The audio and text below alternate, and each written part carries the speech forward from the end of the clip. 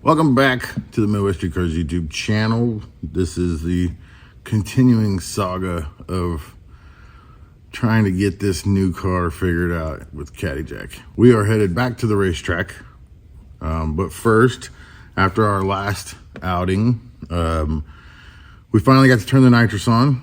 So it went some 590s on motor, which was cool. We went to turn the nitrous on and it moved about 4.8 foot before it smoked the tires. We were looking for an issue.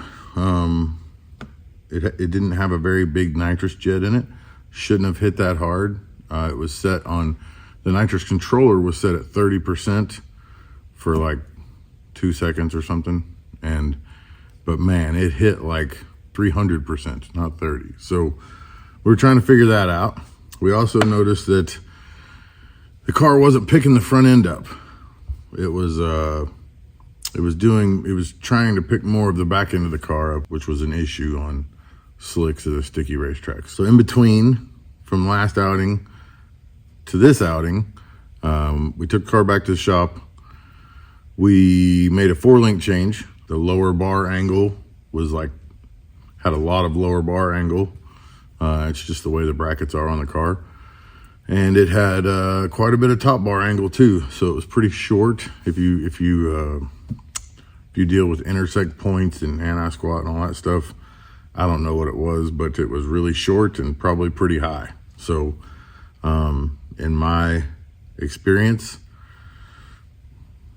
it's hard to race that way for me. I raised the back of the bottom bar 2 holes and raised the front of the top bar a hole, and basically we moved the imaginary intersect point to the 4-link way out further forward and lower, just to try and get it to pick up on the front end a little bit and transfer slower instead of smashing the tire and standing up, because once you smash that slick, it has to rebound and spin off. So we're going to try and make it move a little slower and further out, so it actually goes scoop the car a little bit, and that just gives us a little less bite when she lets off the button, but more bite for longer, basically. Radial tire car, you know, they like a lot of bite off the button, and they like them to separate and all that stuff, but for what we're doing, we don't need all that. So anyway, so we made a 4-link change, flattened out the lower bar quite a bit, and took some angle out of the top bar. Moved the intersect point way out and way down. Probably, if I had to guess, 65 inches or something, I don't know. And like 8 inches off the ground, something, I don't know. I go off of spreads, and that's how I do it. So we made a 4-link bar change, and I went through this nitrous system as best I can, trying to figure out why it hit so hard. I don't think that the 4-link bar change by itself is going to fix this thing. So in order to try and find it, I went through this thing and I found something that I think is pretty major. So the way a nitrous controller works, just a quick rundown without getting into some 2-hour rant on, you know, circuits and theory and all that crap. But, you know, the basic inner workings of a nitrous controller is you have a nitrous solenoid. That solenoid is open or closed. You give it 12 volts, it opens. Take 12 volts away and it closes. Basically, open 12 volts would be 100%. You're getting 100% of what the solenoid can flow. Closed is 0%. Now, a nitrous controller, it pulses that on and off. So you can't necessarily, you know, these solenoids don't work where you can't just give them 4 volt, put some transformer, resistor, potentiometer in there and make it send 4 volts or whatever. That's not really how these solenoids work. It's a digital signal, so it's going to be on or it's going to be off. So, but what you can do is you can make it on less, and one on and off. Basically, here, let me show you. So Jackie drew this up. She's an artist, you know. This is 12 volts on, this is off. This is the signal. So this is going to be 0 volts, 12 volts. And it's off, on, off, on. So each one of these colored in regions is on and the white is off. So it's sending this signal of off, on, off, on, off, on, off, on, off, on. And as you can kind of see here, it's not perfectly drawn to scale, you know, that's what I'm working with here. But what you can see is it's on about half the time that it's off. So what that's called, or what that would be referred to, be like duty cycle, but so that'd be 50% basically. So if you set your nitrous controller to 50%, this is what it's going to give you. It's going to be on and off. It's going to be on the same amount of time that it's off in each cycle. So each cycle being off to on, that's a cycle. And then that's a cycle. And then that's a cycle. And repeating and repeating. So what you have here is you have 50% it's on, 50% it's off per cycle. Now, this whole length of this is going to be 1 second. So if you count these cycles, you have 1, 2, 3, 4, 5, 6, 7. So you have 7 cycles per second and 50% on, 50% off per cycle. That's how this works. Now, when you're programming that into your software and your nitrous controller, that's going to be 50%, and this would be 7 hertz because it's on and off 1 cycle 7 times per second. Okay, so it's open and closed 7 times per second, 7 hertz. Okay, this one down here, same on and off percentage. So this is the same 50% setting in your software, but this one has twice as many cycles per second. So this one is going to be, because it's twice as many as this one's going to be 14 hertz. So in your nitrous controller, if you have it set up for 50% and it ramps up from 50% to 100% in 2 seconds or whatever, that's the duty cycle, that's percentage. But this is the hertz. And in every nitrous controller that I've ever worked with, there's a setting that you can change the hertz. And different size solenoids flow different amounts of nitrous. Different size solenoids require different hertz settings, or else you end up, because that nitrous solenoid can flow 100% of the jet you have in your nitrous kit, even when you're pulsing it. So in this situation here, 14 hertz, you're getting more nitrous basically from the same solenoid. You're going to have a lot of control, but you just got more nitrous because it's on so much more in that 1 second, if that makes sense. Even though it's still set at 50%, this will flow more nitrous with her in her system. This will flow more nitrous than that, and you can see it if you squint real hard. If you squint real hard and you imagine that if you squint really hard and you put your thumb in front of it and you imagine that the purple is nitrous, that's how much nitrous you're getting. You're getting more nitrous. There's more purple. More purple, more nitrous. You know what I mean? She's playing in the light. What are you doing? Anyway, so in your nitrous controller, in her nitrous controller, what I found was the hertz setting was set to, yeah, so her hertz, her frequency basically was set at 35, and that was just whatever it was set at. In the Fuel Tech software, it says under that setting, it says for regular solenoids, use from 25 to 30 hertz. For big shot solenoids, use 50 hertz. I think that might be a little bit of a language barrier translation issue there. So, because big shot solenoids to me means like you know, regular big shot plate solenoids or NOS big shot solenoids. I think maybe they're talking more like trash can solenoids or solenoids with big nitrous jets in them. I don't know. But either way, what I noticed was hers was set at 35 Hertz. And that is a lot for a normal 125 bottom dump solenoid, which is what she has. I changed that setting from 35 Hertz and I ran the controller through its cycle using the time-based testing feature in the Fuel Tech. And I just kept adjusting it until it had a more uniform sound with, you know, with what sounded like less nitrous. There's no real way for me to do it without a flow bench or something crazy. So, but I ended up down at, what did I end up at? 18 Hertz. So, which is normally a pretty good place to start, 15 Hertz. So just that change alone, just changing from basically, you know, we had 15 Hertz, or we had 35 Hertz, or actually be down here. We had 35 Hertz, this is 14, and we went to 15. So, but that's basically the same change that we made here, because this is half of that. So, but we're starting at 30% on the controller, and it was at 35 Hertz. Now we're going to be at the same 30%, the same tune-up, same ramp time, same delay.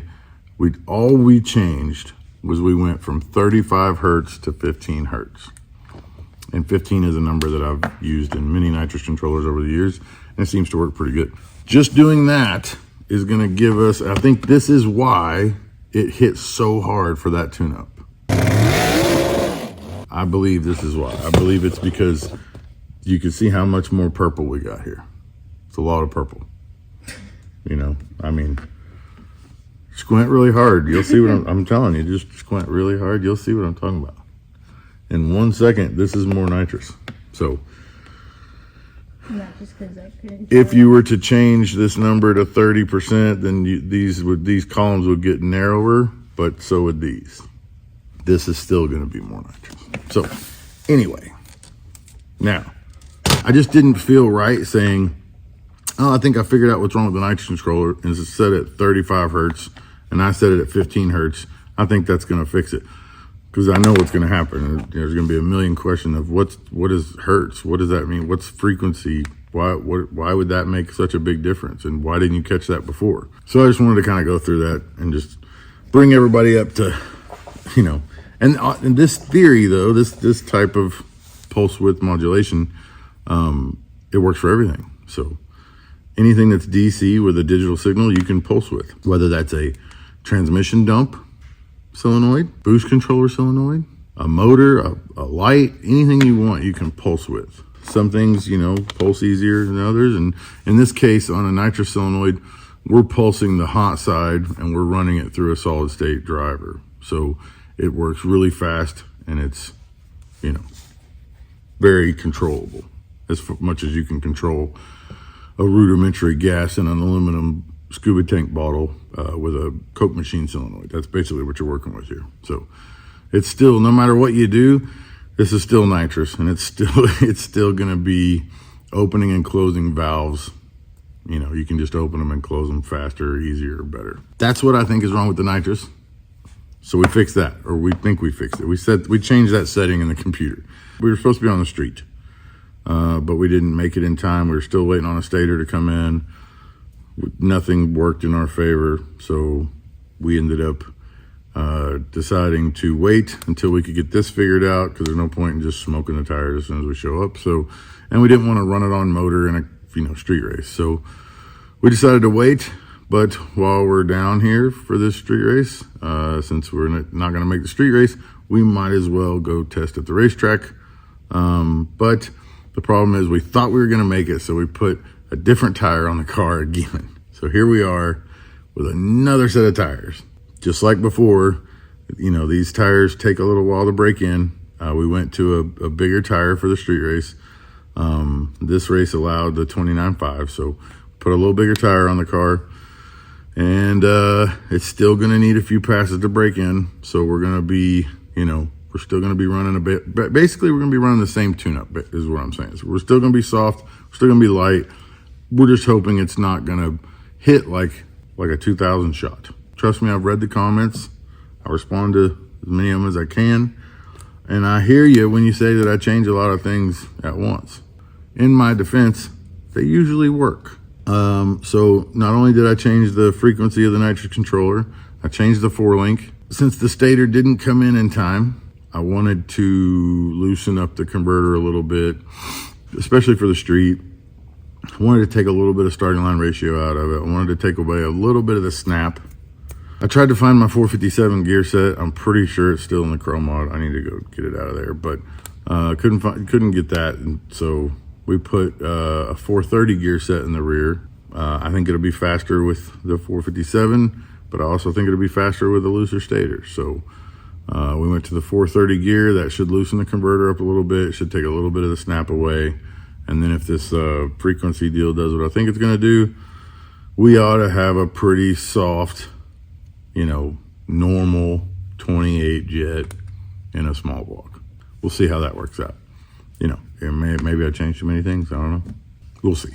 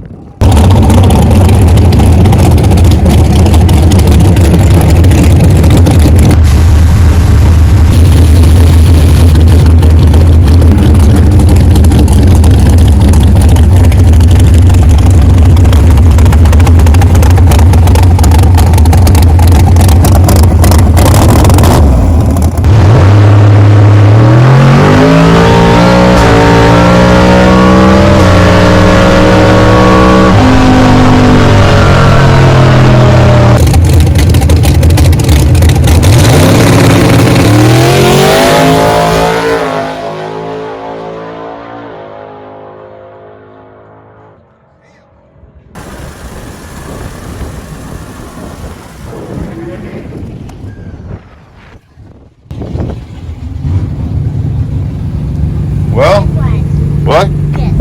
Guess? Yeah. 561. No. No. Faster? Yeah. 551. No. 49. Yeah. Nuh-uh. Nice. Let's see. Ooh, look at that. Look at that. We're getting somewhere now, boys. No, 135. Yeah, it was slow early. 130. Woo. All right. Now we got something we can work with. It was slow, but I mean, it wasn't what it was last week, that's for sure. It was nice and smooth. It left soft. Nitrous came on, card rotated, and just kept applying power. And it just, it was about as good as you could ask for. So that was our first full, nitrous pass. That was 2-step at 4,200 because of the gear. So last week we were at like 3,600, but we had the 486. Now we got the 430, and we're gonna need a lot more launch RPM to make up for that. So we started at 4,200. 1-2 shift was at 127 and 7,200. 2-3 shift was at 1 second between, or 1 second lock time between 2 and 3, and then 7,700. So same thing. We didn't make the trip last week, so we didn't know what it was going to do. So I didn't want it to zip the tire on the 1-2, so I pulled that back quite a bit. Wasn't too worried about it on the 2-3.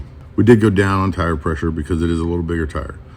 So that's another thing that a lot of people tend to get backwards or weird. The bigger the tire, the more volume of air inside the tire, the less pressure you need. So volume and pressure kind of, change with tire size. So like my 36s I run on my car, we may run those at only 5 PSI because it's such a giant volume of air, it doesn't need the pressure. So we were running the 28s at like 14.8 or 14.7 or something. And then with the bigger tire, that pass was 13.8 on the tires. I didn't want to go too low, but and it seemed to work okay. Same 28, 21 at 8 pounds flowing because we never got to run it. I mean, she pedaled it and, you know, did all that, but I wasn't trusting that. So, went 135 to the 60 foot, 362 to the 330, 549 at 130.55 mile per hour. Didn't pick up a lot, but it's still, you know, fairly soft. Okay, so give you a quick glance at this here. This was the first pass.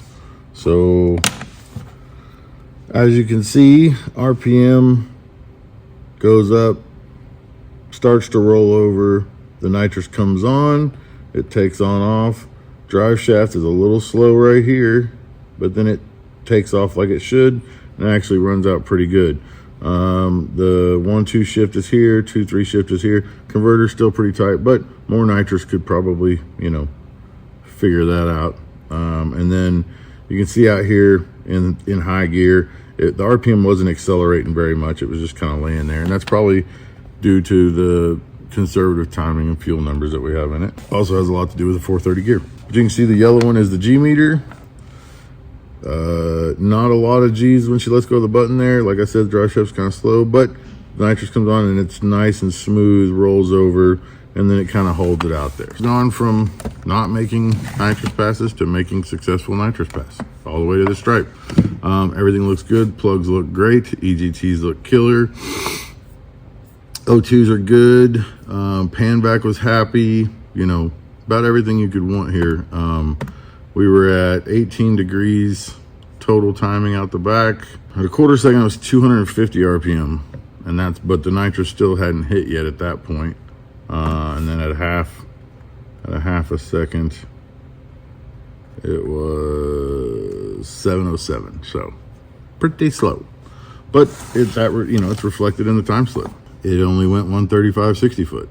That's where that is. If we can fix those quarter and half second numbers, but we didn't have the big bounce, we didn't have the spin, we didn't have the wad the tire, then unload and all that. This North Carolina looking blue one here, that's the rear shock, and as you can see, it dropped about an inch.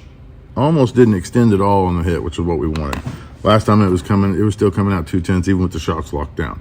We got almost no separation at the hit. It squats about an inch, and then it kind of stays there, and it doesn't really climb out of that until towards the end of the pass, but it never gets back to ride height. So in this situation, we could almost loosen the extension some and let it, so we don't keep it pinned down so far or so long, and let it climb back up to ride height, and it'll actually go faster if you let that 4-link come back up and get happy. So what we'll do here is we'll loosen the extension a little bit, maybe even tighten the compression a little bit so it doesn't fall down so far. Actually, let's just go through the notes. We have notes. Why talk about maybes? We're going to do some cylinder to cylinder tuning. It doesn't look too bad, but it could use a little bit of touch up here and there. Maybe 2 and 4 could use a little fuel. I think it was probably from the lack of timing. So the fuel is kind of acting weird. Once you get behind the crankshaft that far, the fuel ring starts to get kind of weird. So I'm not going to put any fuel in it. If anything, I'm going to take fuel out of in the cylinder to cylinder. If anything, I'm going to take fuel out of the whole thing, and then I'm going to keep an eye on 2 and 4. If they move and they need more fuel, then we'll fix that with jets. None of the plugs are showing any timing at all, though. So, you know, we are just judging by the way the plugs look. We're 10 degrees of timing light. We're that light. We're really, really that light. That was 900 on the bottle pressure, so we were light on that as well. So we're going to step that up to 925. I know it's not a big change, but we do want to get a little closer here. So we don't have a lot of time. The Saturday testing tunes out there are only 4 or 5 hours. We're going to tighten the front extension 2. We are going to loosen the rear extension 4. And then we're gonna tighten the rear compression too. So that's gonna maybe slow it down on the compressing in the rear on the squat, but it's gonna let it come up as it drives out, which will loosen the car up and let it be faster. We're gonna go to 4,400 on the two-step. We're gonna move the 1-2 out, 100 RPM or so. Move the 2-3 out, 100 RPM or so. I don't like to do those in big jumps. We're just gonna move it a little bit at a time. And then we're gonna add a 1.5 degrees to the total timing. So it's gonna put us closer to 20. I think we're 18.2 or 18.3. So it's gonna put us closer to 20 degrees of timing. We're gonna take 1 pound of flowing fuel pressure out of the nitrous side. So that's mechanically, you don't do that, you can't do it with a laptop, but so you get the fuel pressure gauge out. We have a nice flow tool from NX, hook that up, lower the flowing fuel pressure 1 pound. We're flowing it through a 73 jet. I know that's old school as fuck, but that's what I do. It's what I've always done. You know, it is what it is. I always flow through a 73 jet. That's from Monty Smith days, you know, a million years ago. We're gonna get rid of the 1-2 shift retard. We're gonna go down to 13.5 on the tires, and we're gonna see what happens. I know everybody says I should only change one thing at a time, but these are all one things at a time per thing. You know what I mean? So we're gonna change one thing in 10 different places. Instead of changing one thing 10 clicks, we're just gonna change everything once. So it is what it is. It's the way this is the way I race. So I'm sure, you know, it'd be easier or better to change one minor thing at a time and go out there and try it. But I'm confident in my ability that I can change multiple things and still get it done. So heading back up, second nitrous pass. We ain't messing around today. No motor passes. We're going for our second nitrous hit. Caddy Jack to the lanes.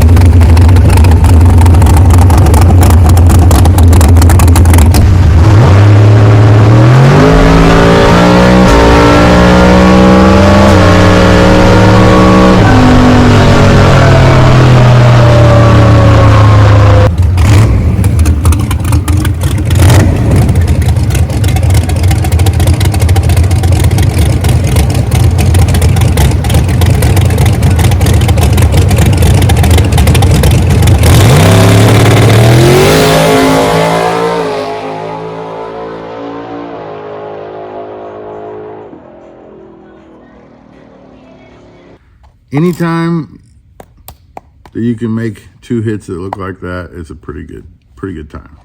With those changes that we made, not even touching the controller or anything yet, just making the changes that we made, the car went, the first pass it went 135, 362, 549 at 130.5. To this pass, went 126 to the 60 foot, 349 to the 330, 535 at 131.16. Still really soft on the hit. The nitrous progressive controller needs to be adjusted at this point. You know, I've been trying to stick with the same ramp and then just kind of adjust the car and the chassis around it, then start up in the ramp. But at this point, we're at the point now where we need to move the progressive. We need to ramp it in sooner, start getting rid of the delay. If anything, the next hit, I want to leave on it, but I don't want to do what we did every other week we come out here. We make a few small changes, then we make a big change and it smokes the tires. A few small changes, make a big change, smoke the tires. So, you know, today we are, as long as we keep picking up like we're picking up, I mean, we went from 549 to 535. and we did it all in the 60 foot. I mean, we didn't even pick up we picked up a half a mile an hour. So from those 2 runs, horsepower almost didn't change. The only horsepower we gained was from the 1.5 degrees of total timing I put in it, and maybe the pound of fuel pressure I took out. And it picked us up almost, picked us up a half a mile an hour, maybe 0.55 mile an hour, something crazy. Small gains. But the 60 foot picked up almost a tenth. Went 135 the first lick, went 126 on that lick.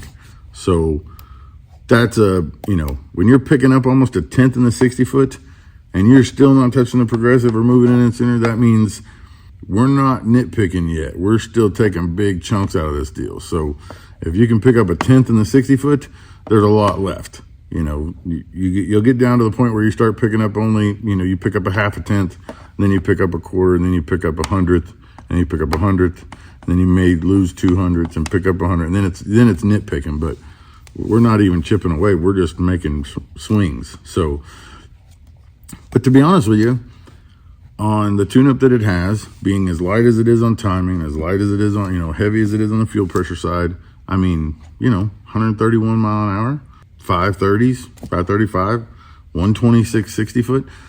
This car before, the last time she raced this car with the LS deal and, on radials and, we had been racing that car for a year and a half, almost 2 years. This is as fast as it ever went to the 60 foot. 3 or 4 tenths faster than it ever went to the 8th mile. So, and that car, we had it pretty well worked out. It would run 570s, 580s in the 8th. And this deal runs about that on motor. So very, very happy with where we are. It's not a 4-second car yet, but I think you can tell if you go 549 the first lick, 535 the second one, it'll go 4s on this jet. I can promise you that right now. Once that 60 foot gets down around the 111, 112 range, this deal is going to be a 490. I bet it goes 496 if we keep tuning on this jet. But we're not going to do that. We're going to make a few more licks on this jet, and then we're going to step it up. We're probably going to end up putting a cleanup jet in it. So right now it has a 28 nitrous and a 21 fuel. We're probably going to end up, instead of keep dropping the fuel pressure till you can't drop it no more, we'll probably just end up putting a 30 nitrous, leave the fuel jet alone. And then we'll get this kit cleaned up. Then we start working on the other kit, get it cleaned up, and then we start both of them. And then that's when the deal goes 470s, Not bad for a small block on nitrous. I just wish we could do it in 2 passes instead of 20. Unfortunately, doing all of this, checking all of this, going over everything with a fine-tooth comb and trying to, in order to make the right changes, to make these big jumps, a lot of people, they'll go to the track, if they go 549 on the first lick, they'll go 544, 542, and then they'll go 539, then they'll go 536, 535. We're making that in one, but it does take us longer. We get a couple licks today to get a baseline on our nitrous deal. We're going to go get some sleep, maybe look for some nitrous jets, and then we're going to come back tomorrow, and we're going to see how fast this thing can go, because we are at the point now where these tires are going to be broken in 2 more passes. That 60 foot's going to fall if you don't touch nothing else. And Sundays at XRP, they're open a little later, so we'll get more hits in tomorrow, and this thing it's going to pick up a bunch in a hurry. Obviously, Jackie's doing a great job driving the car. She's on the chutes every run, and I see a lot of you guys, while she's loading everything up, let me talk to you. I see a lot of you guys talking about the chutes, and you say, why is she pulling the chutes on a slow nitrous or a slow motor run, or why is she pulling the chutes every run, or whatever? Doesn't that take longer to do? Yes, it does. Somebody's got to pack that chute every time. It does take longer to do, but you got to understand, when you're in one of these cars, even a car that only runs 590s on motor, that's still really fast. But when you're in a car that runs that fast, it runs 118 or 120 mile an hour in an 1/8 of a mile, you are running over 5 seconds, wide open throttle, at the highest RPM, the most heat, at the limit of what this car, you're basically asking everything of this car. So friction, rear drivetrain, heat, rotating mass, engine, RPM, the highest RPM it can get to by the 8th mile. You're asking a lot of everything. When you keep this thing to the wood for 5-6 seconds and it's just giving you everything it can do, and it's got its tongue hanging out the other end, you don't know when something bad's going to happen. Nobody does. Nobody knows when these things are going to come apart. So if we did, they'd never come apart because we'd stop running them. You don't know when something's going to happen until it's too late. And I can promise you, if something's going to go wrong, it's going to go wrong at the other end of the racetrack. Once this thing has rowed the boat, it's fucking sailed the ship, it's went through the finish line, and you let off and everything tries to rotate backwards, that's usually when bad things happen. So, if you have a leak of some sort, or if you have a tire go down, or you have a tire grow and grow into something, hell, this is a bigger tire than we ran on the car last week. So who knows, the tire could grow and get into something and pop. You never know what's going to happen. So that parachute on her car is the same as the parachutes on my car. They are not there to stop the car. They're not there to slow the car down. It wouldn't matter if XRP had 10 miles of shutdown. I would want her to pull that chute every run. I actually want the chute to come out before the strike. I want the chute to hit. If you had a camera view across the finish line and the car was coming at you, I want to see the chute as the car goes by coming out of the car, and I want it to blossom, right as soon as her back tires go across the finish line, or even the front tires. Like, that's what I'd like to see, because what the chute does is the chute is the only thing you have. It's the only thing as a driver that you can do in that car to reference you to the starting line. The steering wheel, the steering wheel does what it does, but you have to imagine you're not in a perfect world here. You need to be prepared for the worst. It's a shitty thing to say, but these heads up cars are, you know what I mean? You're asking a lot of them. So in order to prepare for the worst, that lifeline, that parachute references the rear of your car, the drive tire, to the starting line. It's like breadcrumbs for, who is the one with the bad, the Rapunzel? No. Who put the breadcrumbs out? Jack and Jill? No. Red Riding Hood? It was the gingerbread. No, the people that the witch put them in the stove. Don't know. Anyway. Hansel and Gretel. Hansel and Gretel. So that parachute is like your breadcrumbs. When you leave the starting line, you leave breadcrumbs all the way to the finish line. When you pull that parachute, it's always going to go toward the starting line. Always.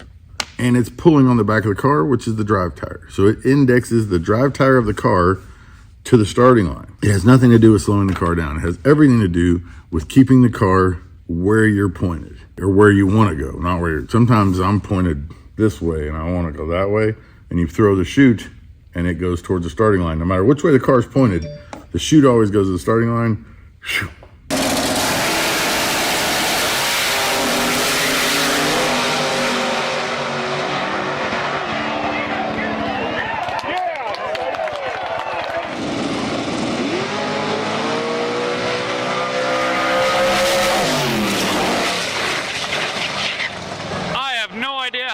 Just saved that shit. Holy